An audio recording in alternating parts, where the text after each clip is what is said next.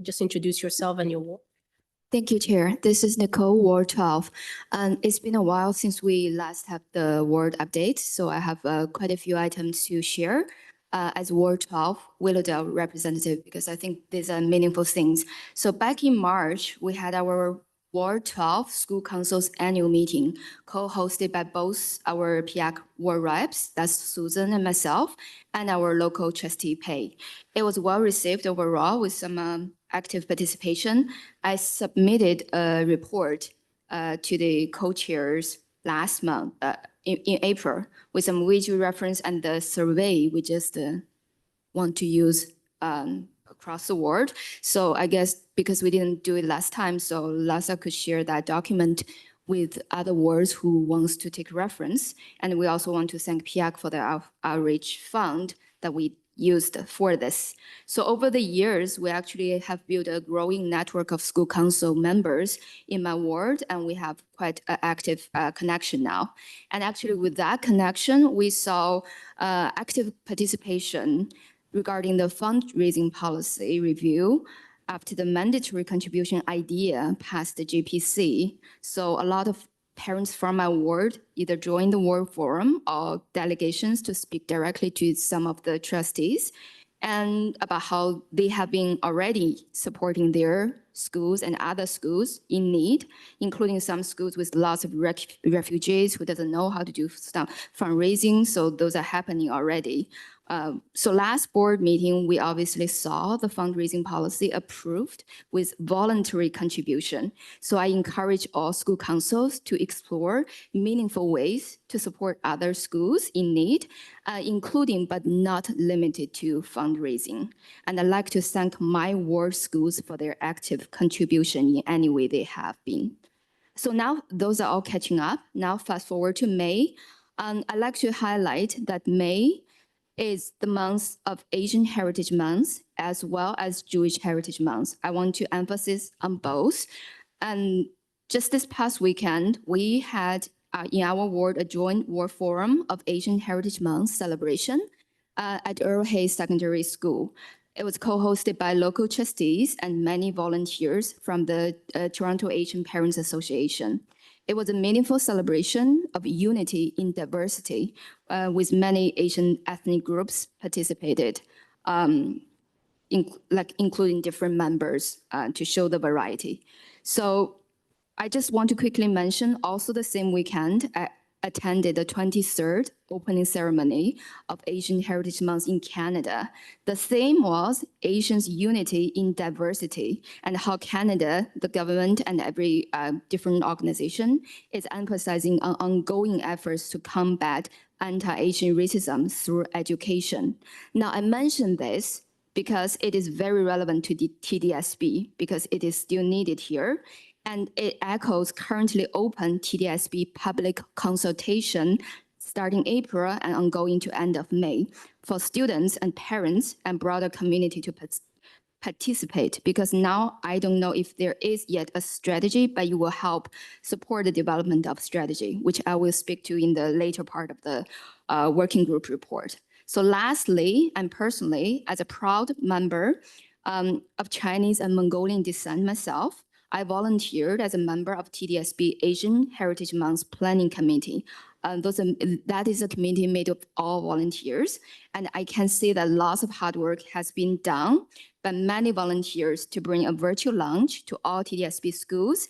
That is on that is on May 8th, 1 p.m. So you guys are all welcome to watch and share, even if you don't identify, so that we can improve on culture understanding. And I see the same for Jewish Heritage Month. I can imagine that many other volunteers are working on that as well. And you'll hear more from the board meeting end of the month, but I don't want you guys to miss out as it's rolling out right now. I think both are important, and then I would like to bring you attention so that you can share with your ward. That's all. Thank you, Chair. Thank you, Nicole. And we have 6. Go ahead with number 1, consultation working group. Please introduce the co-leads, if your name and who the co-leads are, and so on. Susan, you want to speak first? If not, I will. So this is Nicole again, Ward 12. I'm the co-lead of Consultation Working Group. And our latest working group meeting was on May 1st. And we had quite an effective meeting with quite a number of co-leads and staff as well participated. We have two major topics. So we discussed the current consultation process in involvement methods. And we also discussed the outreach methods and observed some discrepancies between different kinds of consultation. And so we would like to discuss and recommend some better practice, if not best practice forward. And we also put the key efforts on the two open consultations right now for participation.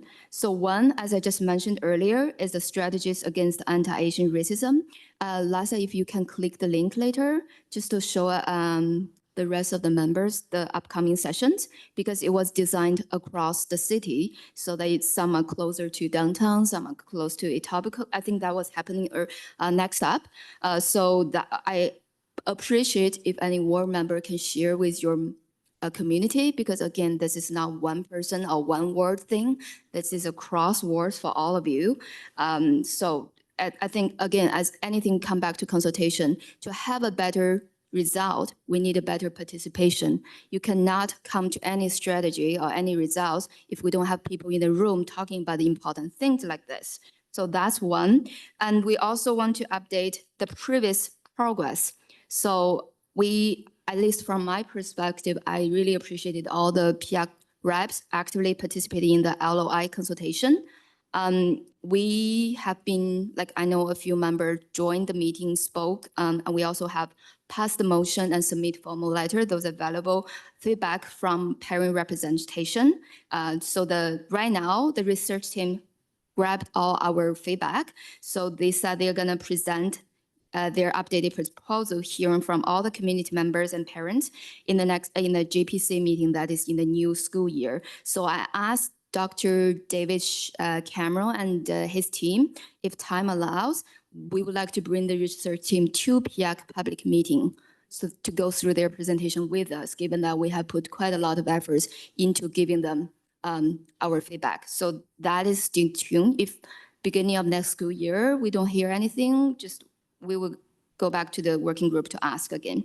And last time, thanks to executive superintendent's participation, we know that our last motion central interest program review passed the PIAC April meeting, and we want to ask when through the staff when they will come back to PIAC, because we know the policy is coming to PSSC in June, but I'm not sure when it's coming to PIAC. So that's another one. And if I can just wrap up and then leave it open to questions or answers. So the last part will be the big one where everybody's putting eyes on, the budget consultation. I see this as a consultation, but everybody knows it's a little bit different than the policy consultation. However, all participation is welcome and crucially needed at this point. So we'll see it as another way of participating. And we want to highlight that parents, including a lot of PIAC members, have already participated very actively in delegation, in town hall Q&A, in the budget survey, which already by itself has some debate in it. But we would like to encourage more consolidated, not individual feedback if we can from PIAC, which is where the next working group will be speaking more specifically about, and consultation working group is in full support of. So with that, I'll wrap it up and I'll open to any questions if you want. Thank you. Thank you, Nicole and Susan from co-lead consultation. Any questions on the floor? And then we're going to take also online. Go ahead. Okay, question from Ward 16. The letter that we drafted that we passed last month, was that passed on for the LOI consultation by the co-chairs? Yes? The letter. There was a letter that we had drafted on behalf of PIAC. So I just want to make sure that that went through. Yeah. Okay, perfect.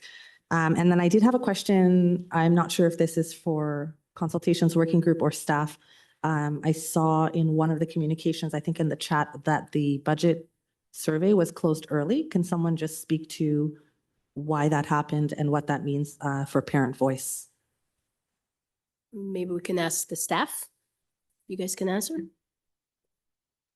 So the question again was why the survey was closed early, correct? Yes, so my understanding was the budget survey was to be open until today and it closed early. Go ahead. Jack, go ahead. Thank you. Through the chair, I'd invite any of the trustees to comment on this particular issue. Concerns were expressed to trustees and they could have some background to share. Okay, thank you, Jack. Any trustee Matias or Hastings? No, Hastings. Hey, what- folks, I can try and answer the question, but I was not there for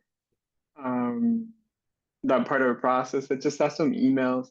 I think there were issues around some other questions that were being brought up, and what trustees wanted was to change some of the questions, but then that became difficult. And I don't know if that muddies the water or answers your question, but I think the attempt was to rebalance the questions. There were questions in there about, like, you know, what would you prefer to cut, kind of thing, right? And that was problematic for a lot of the trustees, and some questions were brought up. But I couldn't tell you about the timing. And I know that we're gonna try and open up the process, given the things that I was talking about a little earlier. So I think the more important part of your question, what does it mean for parent voice? We would like to hear more, not less, through the next 4 weeks before we're put in a situation where we have to make decisions on for sure.